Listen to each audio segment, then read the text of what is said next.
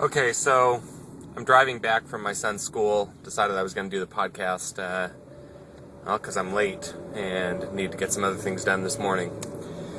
And I don't normally drive my son to school. That's a whole conversation we could have about parenting and kind of, he typically has to take care of things on his own. But I wanted to talk to you today about a question I had received, kind of about positioning yourself as an expert. How do you break into certain fields?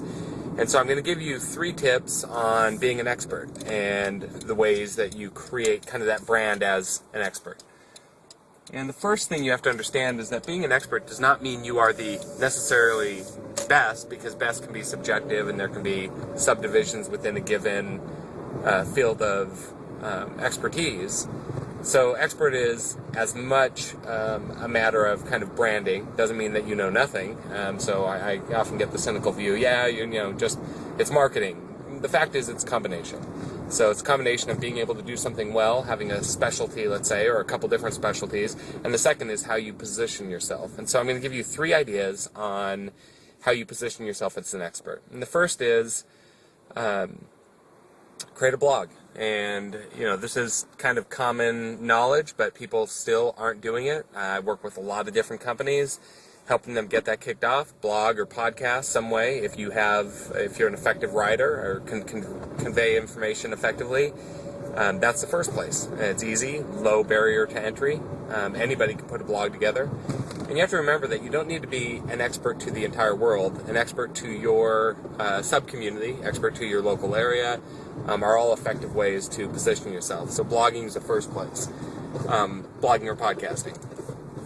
I recommend that you get your own domain to do it, or off your company's site if you can do that. But you can set up a Blogger account, and people have done that extremely successfully, or a WordPress account that isn't your own domain.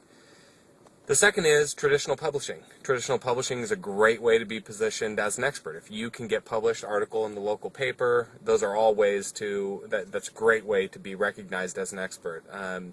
I had done some guest columns before, and I know other people have done that very successfully. Travel writers, technology writers can all position themselves as an expert and be called upon, if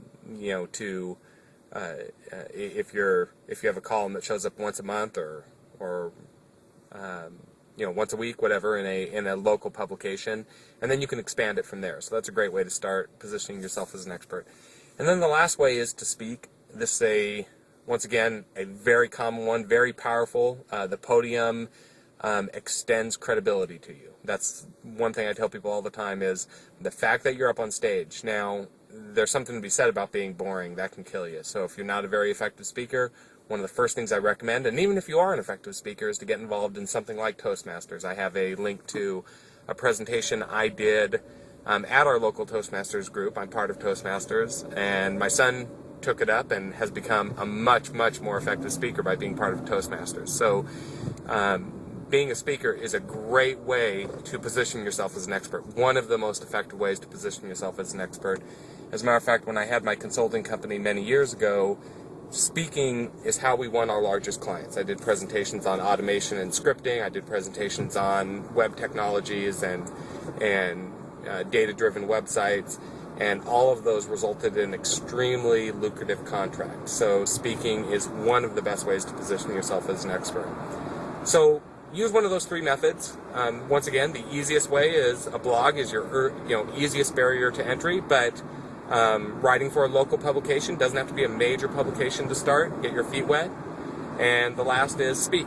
Take part in Toastmasters and speak to some local business groups, Rotary clubs, Optimist clubs. Those are all ways to kind of get yourself positioned as a expert on a given area or given technology. Hopefully you find that helpful. This is effective for both career and or consulting business. So take that to heart, and thank you for tuning in to the IT Career Toolkit Podcast.